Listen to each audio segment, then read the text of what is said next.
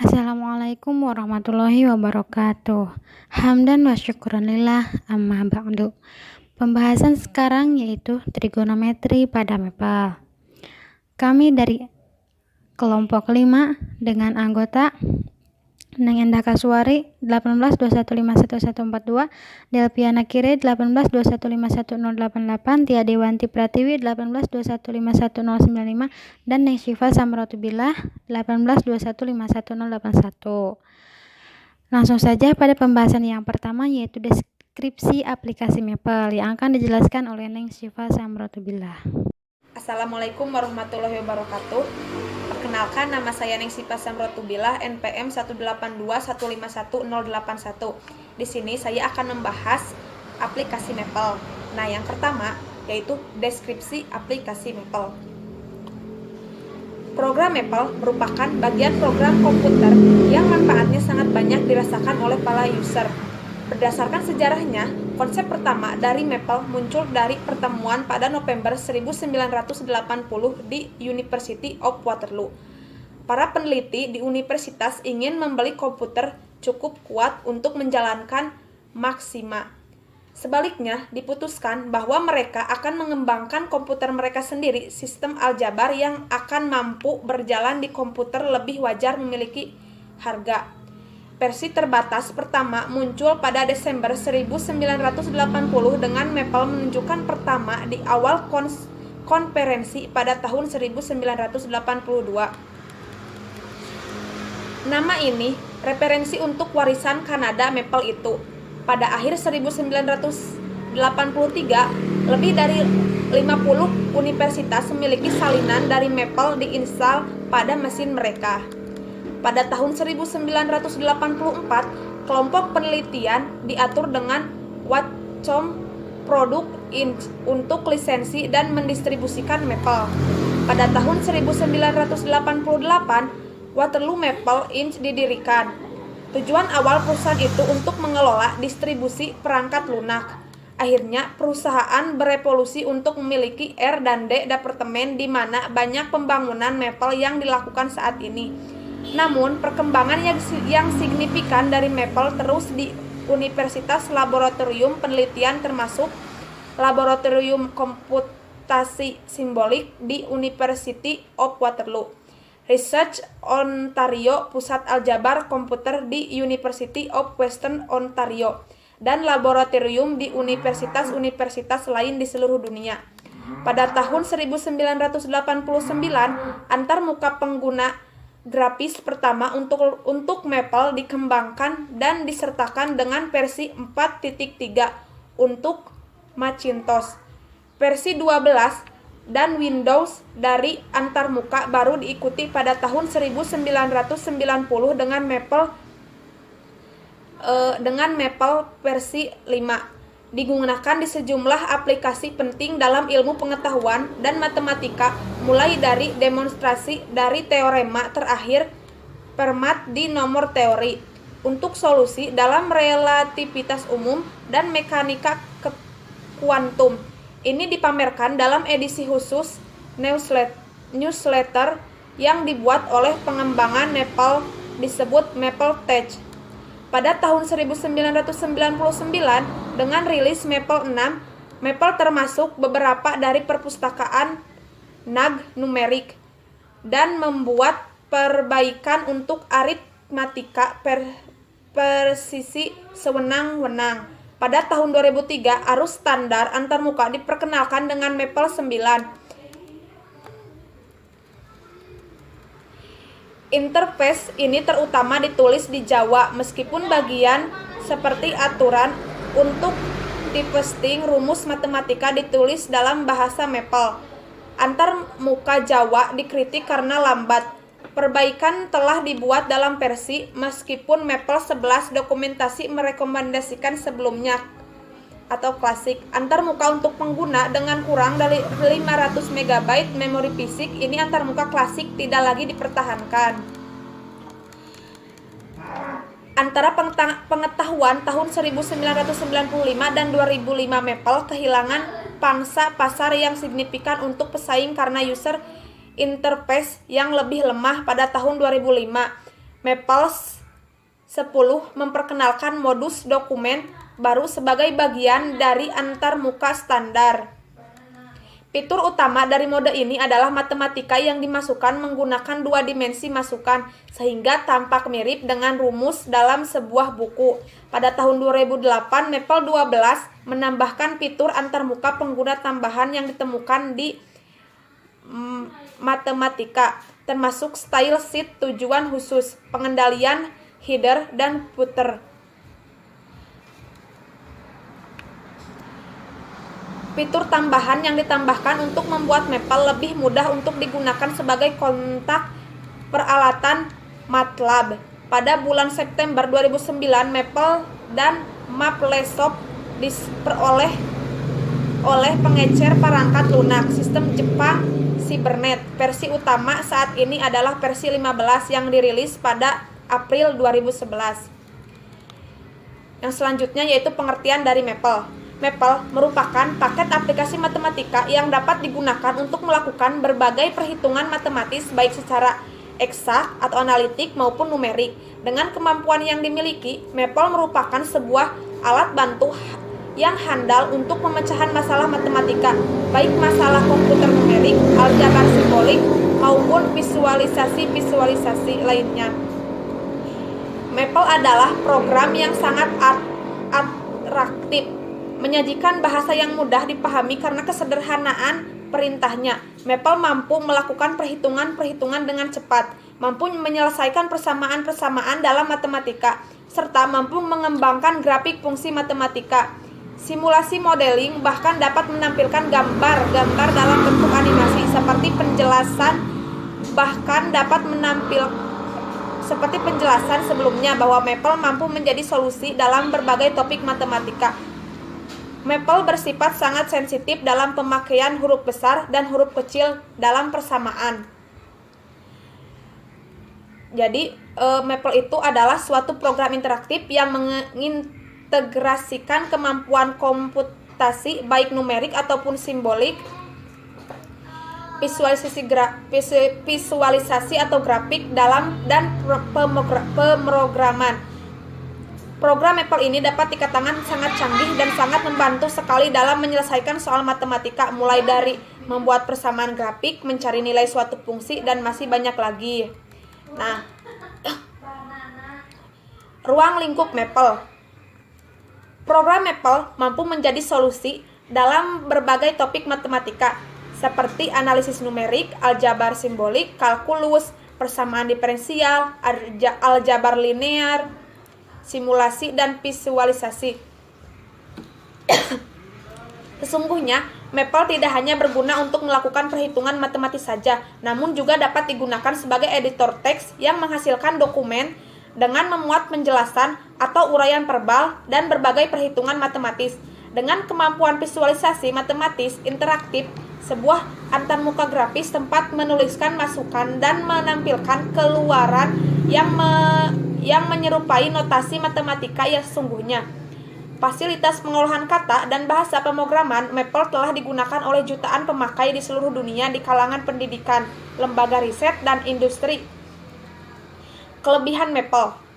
Dengan menggunakan Maple, kita dapat menyelesaikan permasalahan matematika dengan lebih cepat dan efisien karena di dalamnya sudah terdapat fitur-fitur yang dapat mempermudah cara menggunakannya. Adapun kekurangan dari Maple yaitu tidak dapat melakukan perhitungan yang terus-menerus seperti dalam mengerjakan metode biseksi, metode regulasi, dan lain-lain. Sekian, terima kasih. Kemudian pembahasan yang kedua yaitu deskripsi penggunaan Maple yang akan dijelaskan oleh Tia Dewanti Pratiwi. Selanjutnya kita akan membahas mengenai deskripsi penggunaan Maple 18. Setelah kita membuka Maple 18, maka akan muncul jendela Maple 18 seperti yang terlihat pada layar. Untuk memulai kerja pada Maple 18, cukup klik icon New Worksheet. Kemudian akan muncul lembar kerja baru. Adapun bagian-bagian Maple 18, yang pertama ada menu bar. Menu bar berfungsi untuk menampilkan daftar menu pada Maple 18 yang terdiri dari 12 menu. Yang pertama, ada menu file, yang di dalamnya terdapat berbagai submenu seperti new untuk membuka dokumen baru, ada open untuk membuka dokumen yang telah disimpan sebelumnya, dan seterusnya. Yang kedua, ada menu edit, yang berfungsi untuk mengedit atau melakukan perubahan. Yang ketiga, ada menu view, berfungsi untuk mengatur tampilan pada lembar kerja Maple 18. Kemudian ada menu insert, berfungsi untuk menyisipkan fitur yang ada pada submenu di menu insert. Yang selanjutnya ada menu format, digunakan untuk melakukan pemformatan objek-objek pada lembar kerja Maple 18. Yang selanjutnya ada menu table, yang berfungsi untuk mengatur tabel yang telah dibuat sebelumnya dari menu insert. Yang selanjutnya ada menu drawing, yang berfungsi untuk mengatur objek pada kanvas yang telah disisipkan sebelumnya dari menu insert. Kemudian ada menu plot, yang berfungsi untuk mengatur plot atau grafik yang telah dibuat sebelumnya dari menu insert. Yang selanjutnya ada menu spreadsheet, yang berfungsi untuk mengatur tampilan visual informasi dalam bentuk tabular yang sebelumnya telah disisipkan dari menu insert. Selanjutnya ada menu tools, yang berfungsi untuk menampilkan tools dari Maple 18. Yang selanjutnya ada menu window, yang berfungsi untuk mengatur jendela Maple 18. Dan yang terakhir ada menu help, yang berfungsi untuk membantu kita dalam mengerjakan pekerjaan di Maple 18. Bagian kedua dari Maple 18 yaitu ada toolbar. Toolbar berfungsi untuk menampilkan icon-icon atau shortcut yang berbentuk tombol. Adapun fungsi-fungsi dari icon tersebut yaitu icon pertama berfungsi untuk membuat dokumen baru. Icon yang kedua berfungsi untuk membuka dokumen atau lembar kerja yang sudah ada. Icon yang ketiga berfungsi untuk menyimpan dokumen atau lembar kerja yang aktif. Icon yang keempat berfungsi untuk mencetak dokumen atau lembar kerja yang aktif. Icon yang kelima berfungsi untuk meninjau kembali cetakan dokumen atau lembar kerja yang aktif. Icon yang keenam berfungsi untuk memotong pilihan ke memori komputer. Yang selanjutnya, icon yang ketujuh berfungsi untuk menyalin pilihan ke clipboard. Icon yang kedelapan berfungsi untuk menempelkan isi clipboard ke lembar kerja. Icon yang kesembilan berfungsi untuk membatalkan operasi terakhir. Icon yang ke-10 berfungsi untuk mengulangi operasi yang dibatalkan terakhir. Icon yang ke-11 berfungsi untuk memasukkan wilayah sunting kode. Icon yang ke-12 berfungsi untuk menyisipkan teks. Icon yang ke-13 berfungsi untuk menyisipkan input Maple. Icon yang ke-14 berfungsi untuk melampirkan pilihan saat ini dalam sebuah blok dokumen atau membuat yang baru. Icon yang ke-15 berfungsi untuk melampirkan pilihan dalam sebuah subbagian. Icon yang ke-16 berfungsi untuk menghapus bagian yang menyertakan seleksi. Icon yang ke-17 berfungsi untuk kembali ke lembar kerja sebelumnya dalam riwayat hyperlink. Icon yang ke-18 berfungsi untuk kembali ke halaman awal. Icon yang ke-19 berfungsi untuk bergerak ke lembar kerja berikutnya dalam riwayat hyperlink. Icon yang ke-20 berfungsi untuk mengeksekusi seluruh lembar kerja. Icon yang ke-21 berfungsi untuk mengeksekusi semua kelompok yang terseleksi.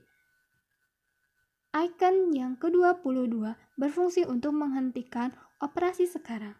Icon yang ke-23 berfungsi untuk debug operasi sekarang, yaitu ketika fungsi debug dilaksanakan, eksekusi berhenti sebelum pernyataan berikutnya dilaksanakan.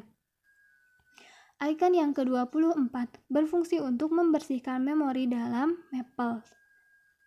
Icon yang ke-25 berfungsi untuk menambahkan atau mengedit kode Maple setiap kali lembar kerja dibuka. Icon yang ke-26 berfungsi untuk menyesuaikan ukuran tampilan konten dokumen atau lembar kerja. Icon yang ke-27 berfungsi untuk beralih entry karakter tab dengan tab key. Icon yang ke-28 berfungsi untuk beralih dengan memunculkan tampilan mudah matematika. Kemudian, icon yang ke-29 berfungsi untuk membuka sistem bantuan Maple di jendela baru. Icon yang ke-30 berfungsi untuk sebagai kotak penelusuran yang memberikan akses cepat sistem bantuan. Adapun bagian Maple yang ketiga yaitu workspace, yang merupakan tempat kosong untuk bekerja di Maple 18.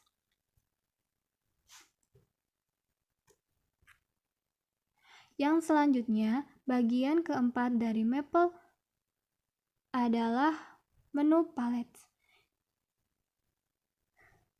yang biasanya berisi seperti matematika operator, simbol, dan ekspresi. Bagian yang kelima dari Maple 18 yaitu ada context bar. Context bar ini akan berubah tergantung input mode yang sedang digunakan. Bagian keenam dari Maple 18 yaitu ada fonts dan style bar, yang berfungsi untuk mengatur bentuk atau gaya karakter atau tulisan. Bagian yang ketujuh yaitu status bar. Status bar ini berfungsi untuk menampilkan operasi yang berkaitan dengan item menu dan informasi tentang sistem yang dipakai. Adapun aturan penulisan Maple 18, yang pertama, aturan dasar Maple 18, yaitu penulisan dalam Maple 18 umumnya terdiri dari penulisan modern dan penulisan tradisional.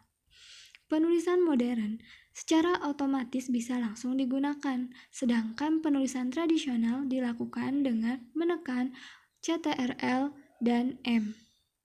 Dalam format penulisannya pun berbeda, meski perintah yang dimasukkan sama. Kemudian, sebelum mengeksekusi, jika penulisan modern langsung, sedangkan penulisan tradisional harus mengakhiri perintah dengan titik koma atau semikolon.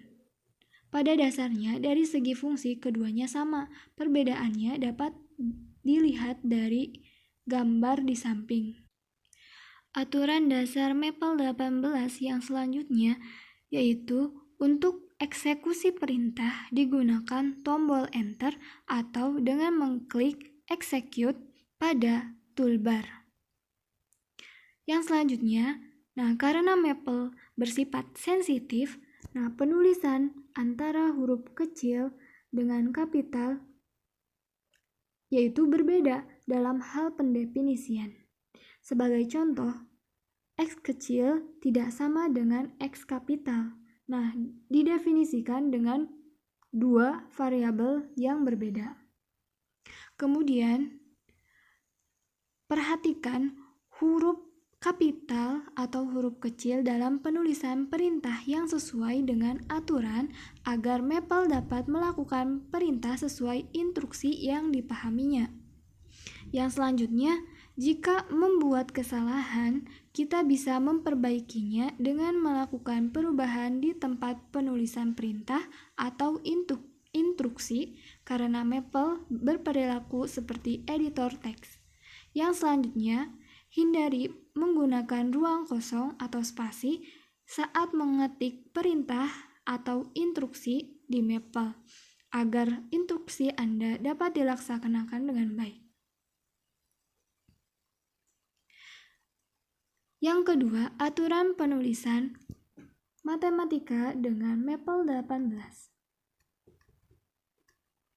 Dalam Maple, setiap perintah berbentuk perintah, kurung buka, kurung tutup, titik koma. Perintah di sini merupakan perintah yang digunakan, dan di dalam kurung berisi permasalahan matematika dan parameter yang diperlukan. Berikut operasi aritmatika dasar.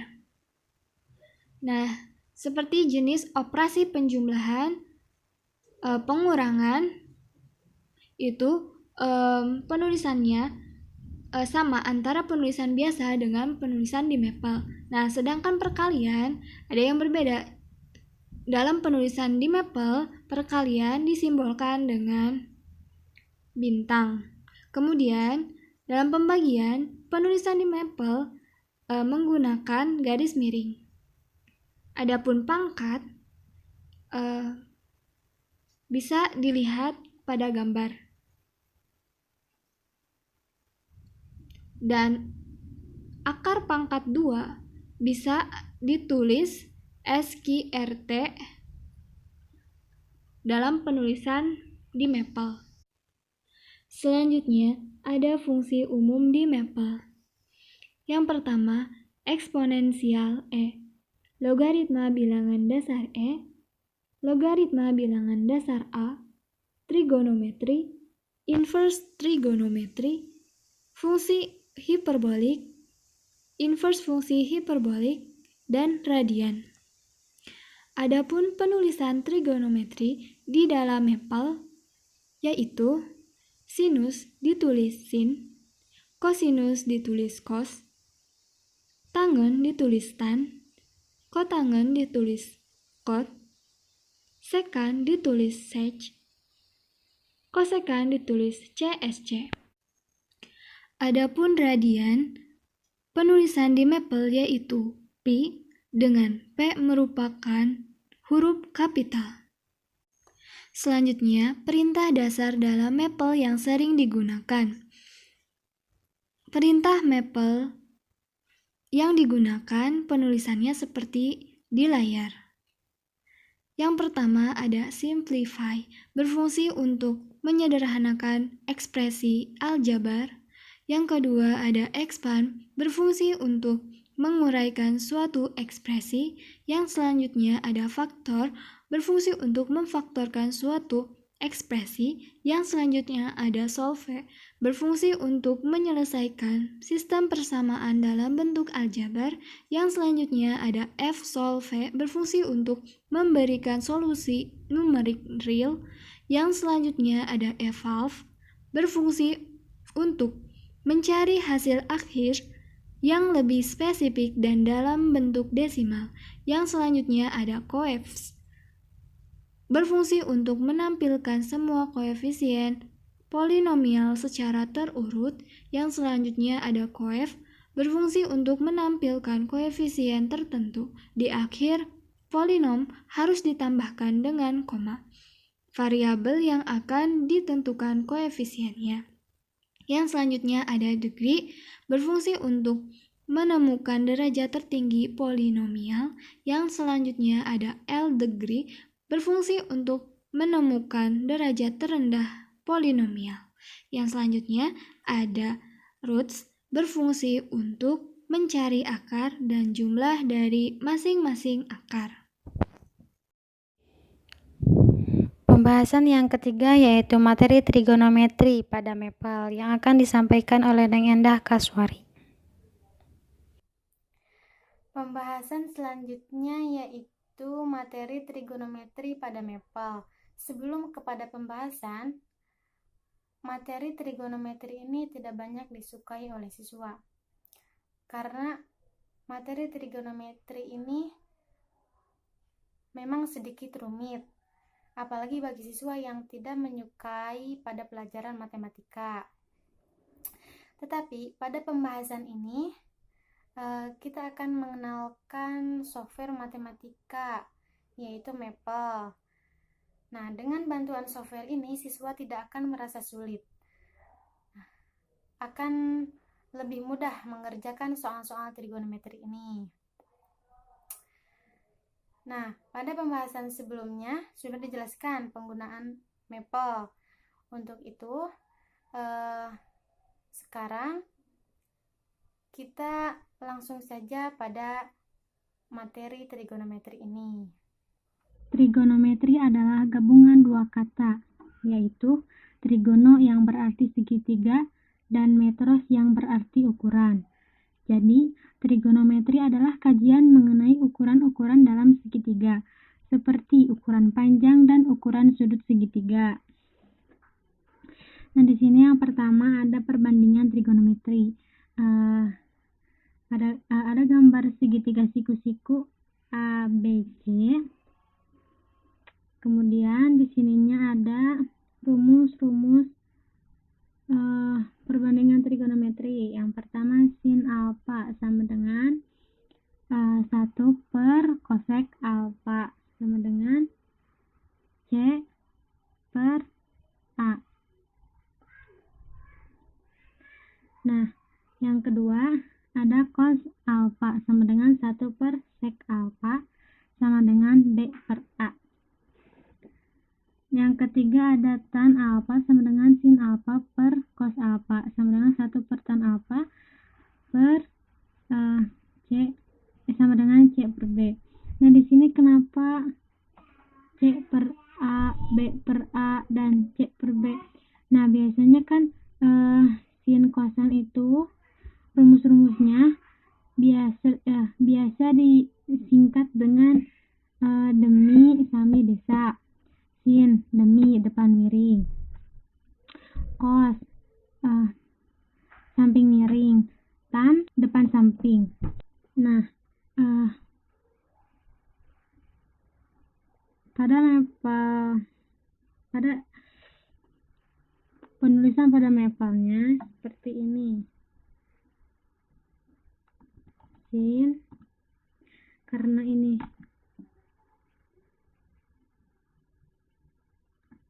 dalam kurung X sama dengan 1 per kosek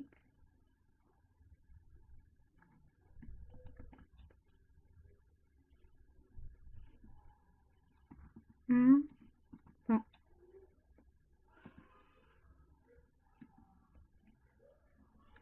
Nah, untuk C per A nya itu kan belum ditulis ya. Nah, bisa seperti ini. Apa namanya teh?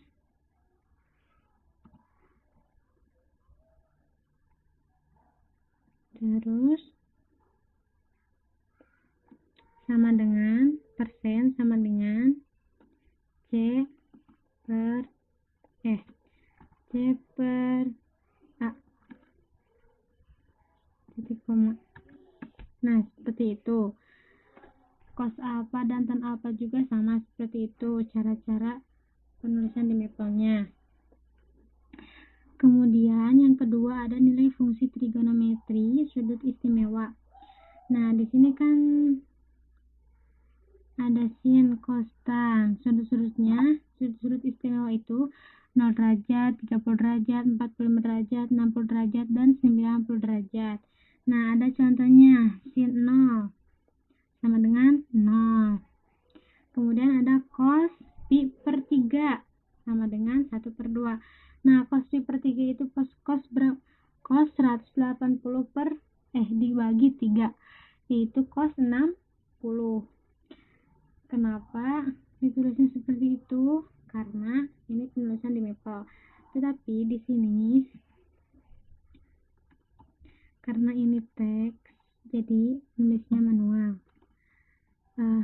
Misalnya yang cos 60, cos dalam kurung pi per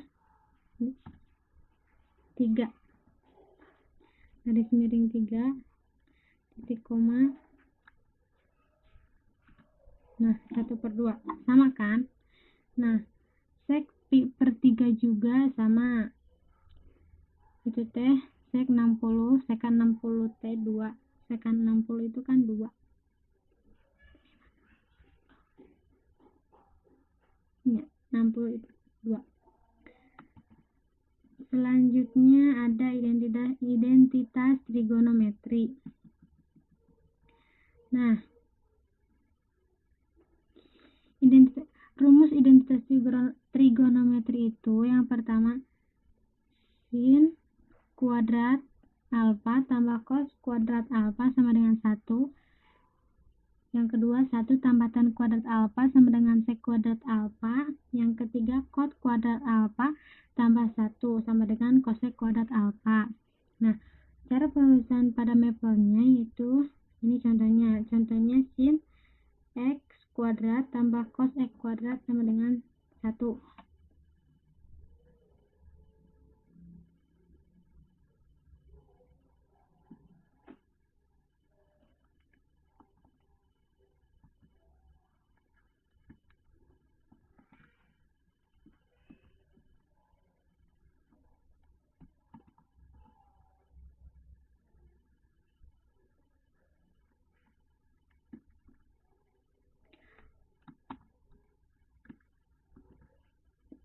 Maaf ya, tipe.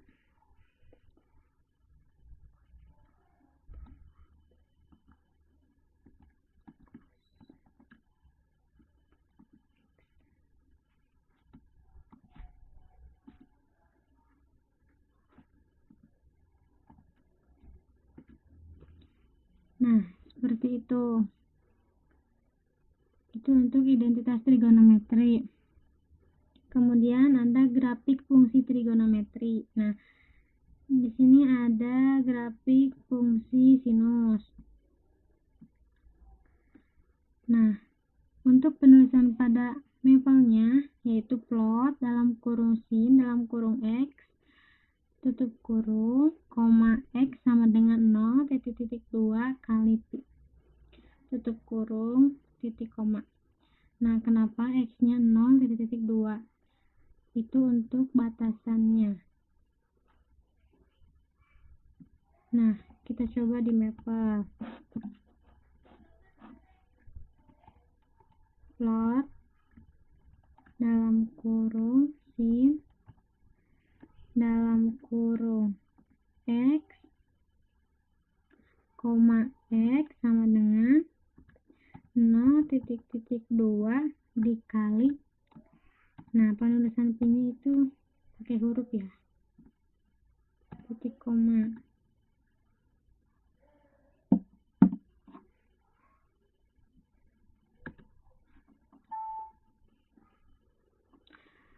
Maaf ya, loading. Nah, ini udah ada.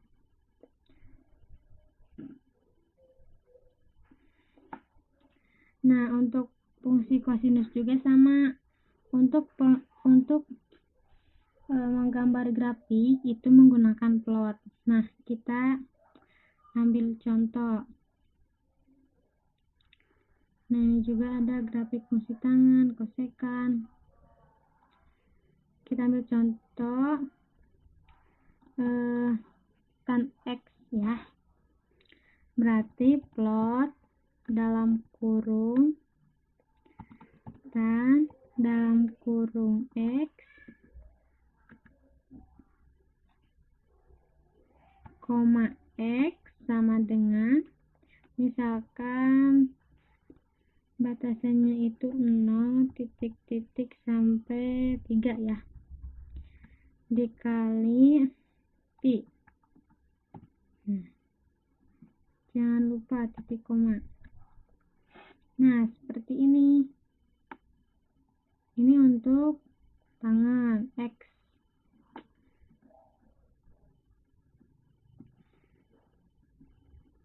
Sama ya untuk grafik fungsi kosekan, sekan, seperti itu. Selanjutnya ada persamaan trigonometri. Nah, persamaan trigonometri ini ada sin X sama dengan sin alfa. X sama dengan alfa tambah K kali 360 derajat. X sama dengan 180 derajat dikurangi alfa tambah K kali 360 derajat. Itu untuk sin X sama dengan sin alfa. Nah, untuk cos X sama dengan cos alfa, X sama dengan alfa tambah K dikali 360. X sama dengan negatif alfa tambah K kali 360 derajat. Nah, itu untuk cos X sama dengan cos alfa. Nah, untuk tan X dan tan alfa, X sama dengan alfa tambah K dikali 180 derajat. Nah, jika persamaannya berbentuk A sin X tambah B cos X sama dengan C, maka perlu diubah terlebih dahulu menjadi K cos X dikurangi A sama dengan C, dengan syarat K sama dengan akar A kuadrat tambah B kuadrat. Tan A sama dengan A per B, lalu diselesaikan dengan persamaan trigonometri. Nah, setelah itu kan diselesaikan dengan persamaan trigonometri yang ini. Untuk penulisannya, contoh yang pertama, sin X sama dengan sin alfa. Sin dalam kurung X sama dengan sin alfa.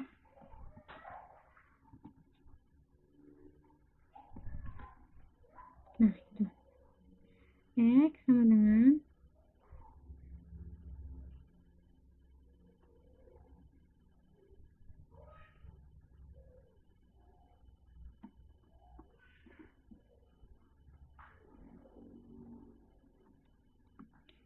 X sama dengan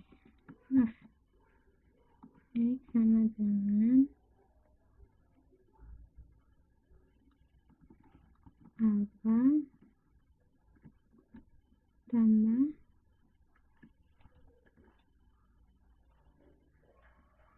K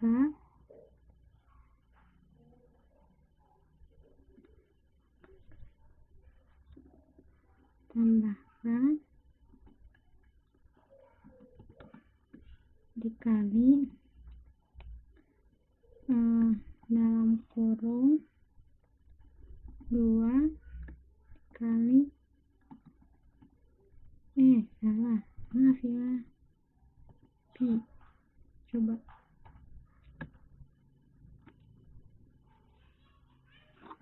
maaf guys, salah guys.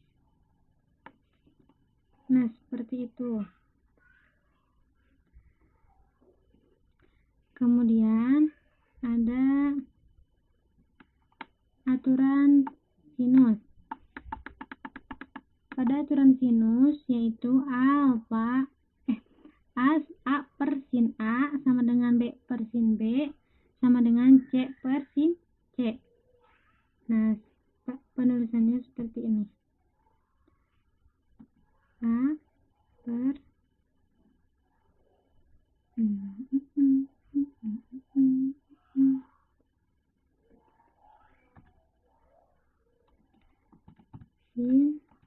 A besar sama dengan B per sin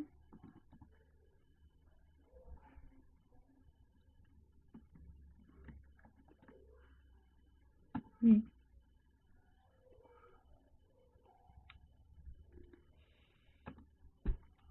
Nah, untuk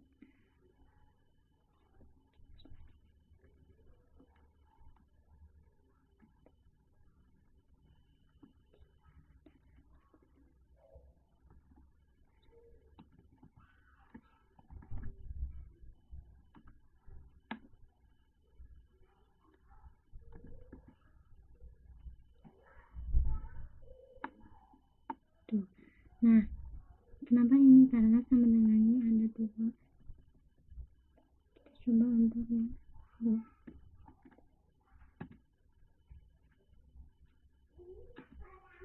Nah, ini kan belum semuanya ya, jadi sama kayak tadi, yaitu persen. Maaf, jangan lupa ya, pokoknya harus teks lagi. Persen sama dengan C per sin,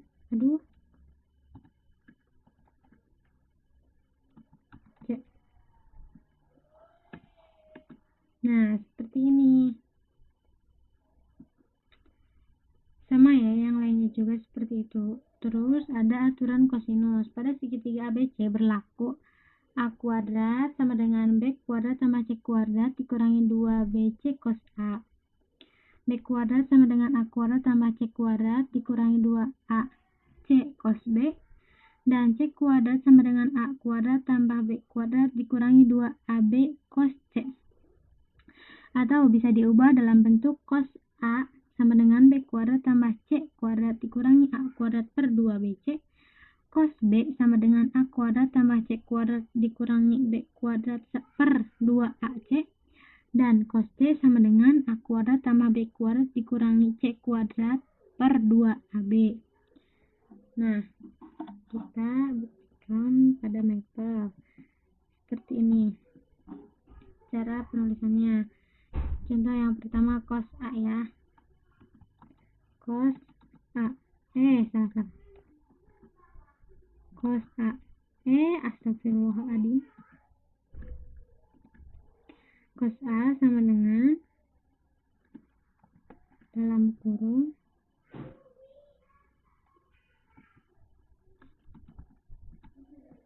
B pangkat 2 ditambah C pangkat 2 dikurangi A pangkat 2 per 2 dikali, itu bintang ya, B dikali C. Oh iya, dalam kurungnya lupa, biar tidak kabur.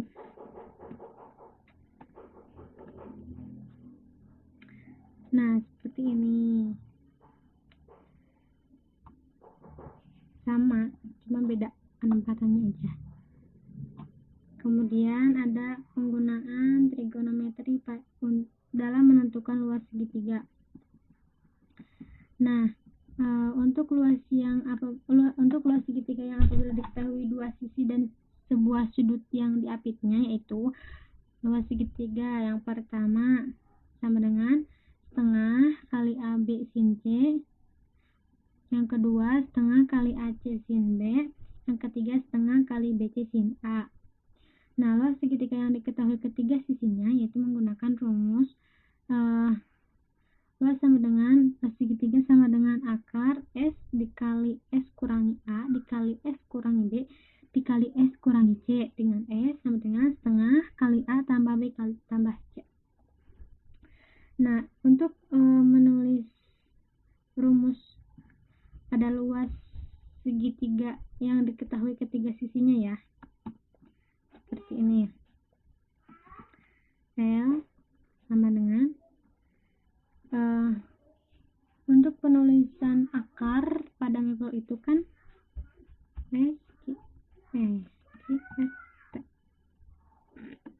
dalam kurung S dikali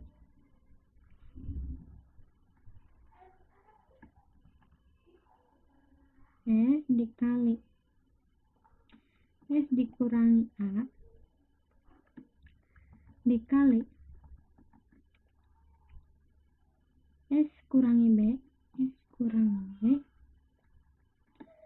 dikali S kurangi C titik koma. Nah, seperti ini.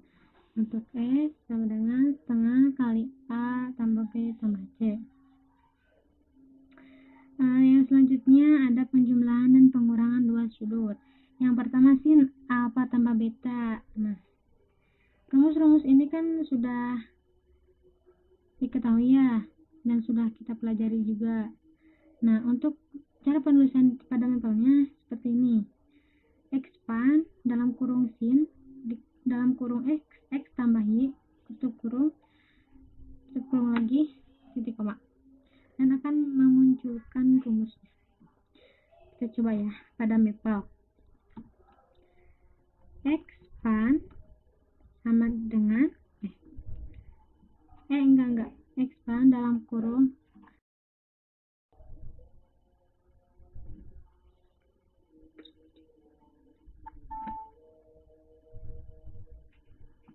sin dalam kurung X tambah Y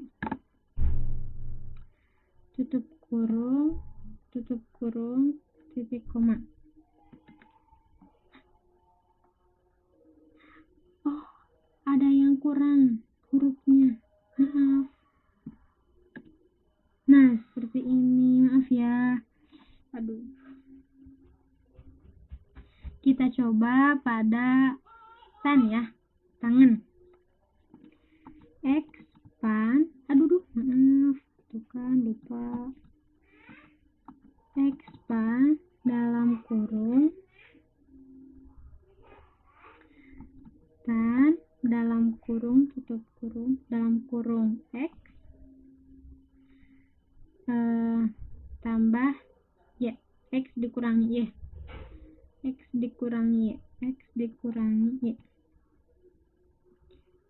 titik koma. Nah, seperti ini.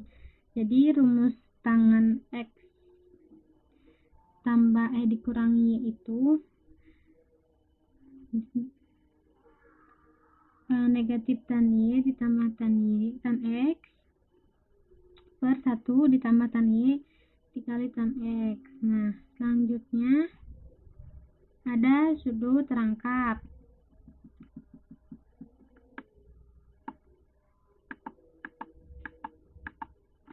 Nah, pada sudut rangkap yaitu sin 2 alfa sama dengan 2 sin alfa cos alfa. Cos 2 alfa sama dengan cos kuadrat alfa dikurangi sin kuadrat alfa. Cos 2 alfa sama dengan 2 cos kuadrat alfa dikurangi 1. Cos 2 alfa sama dengan 1 dikurangi 2 sin kuadrat alfa. Tan kuadrat alfa sama dengan 2 tan alfa per 1 dikurangi tan kuadrat alfa. Nah, contohnya contoh ini sin 2x. Penulisannya sama kayak yang tadi, X-pan. X-pan sama dengan X-pan dalam kurung sin dalam kurung 2 dikali X. Nah, seperti itu. Nah, selanjutnya ada sudut setengah. Nah, sudut setengah itu yaitu sin setengah alfa tambah sama dengan positif negatif akar 1 dikurangi cos alfa per 2. Cos setengah alfa sama dengan negatif positif akar 1 tambah cos alfa per 2 tan setengah alfa sama dengan hasilnya jadi 1 dikurangi cos alfa per sin alfa. Kemudian ada jumlah dan selisih fungsi trigonometri sinus dan kosinus. Nah, ini rumusnya. Sin X tambah sin Y sama dengan 2 sin setengah X tambah Y. Cos setengah X dikurangi Y. Sin X dikurangi sin Y sama dengan 2 cos setengah X tambah Y sin setengah X dikurangi Y. Cos X tambah cos Y sama dengan 2 cos setengah X tambah Y. Cos setengah X dikurangi Y. Nah, cos X dikurangi cos Y sama dengan negatif 2 sin setengah X tambah Y sin setengah X dikurangi Y. Sekian materi trigonometri pada MEPOP ini. Semoga bermanfaat. Pembahasan yang terakhir yaitu lembar kerja siswa yang akan disampaikan oleh Delviana Kirei. Nama saya Delviana Kirei Anissa Rahma dengan NPM 088. Saya akan membahas LKS mengenai trigonometri dengan menggunakan MEPL. Di sini Dalam LKS ada dua masalah. Masalah yang pertama, ada dua gabungan segitiga. Yang pertama, segitiga sembarang ABC dengan panjang BC-nya itu 4 cm, sudut B-nya 30 derajat, dan sudut A-nya 105 derajat. Dan segitiga yang kedua, yaitu segitiga siku-siku DBC dengan panjang garis DB sama dengan 2/3 cm. Lalu ada masalah yang kedua,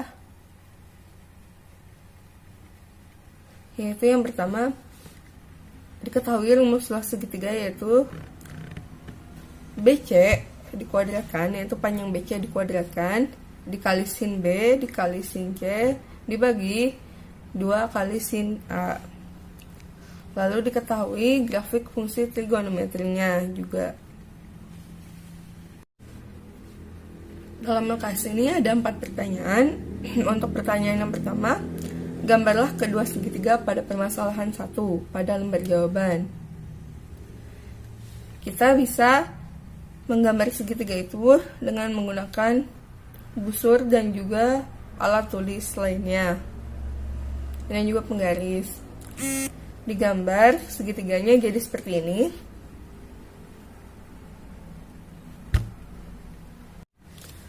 Lalu dari segitiga tersebut kita bisa menyelesaikan pertanyaan nomor 2, yaitu tentukan luas segitiga ABC dengan menggunakan rumus pada permasalahan yang kedua. Ada beberapa langkah yang harus kita lakukan untuk bisa menentukan luas segitiga ABC. Langkah yang pertama yaitu mencari besar sudut C. Bagaimana cara mencari sudut C? Dalam Maple kita bisa menentukan nilai besarnya sudut C dengan mengurangi jumlah besar sudut segitiga, yaitu 180 derajat dikurangi sudut A dan sudut B, maka didapat nilai sudut C. Setelah itu, karena dari rumus yang akan kita gunakan hanya membutuhkan panjang BC, nilai sinus A, sinus B, dan sinus C, maka bisa langsung kita substitusikan ke dalam rumus tersebut untuk mengetahui luas segitiganya. Lalu didapat seperti ini.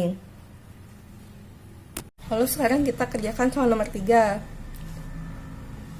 Soalnya diketahui nilai sin B ditambah sin C sama dengan setengah akar 2 dan cos B ditambah cos C sama dengan setengah akar 6.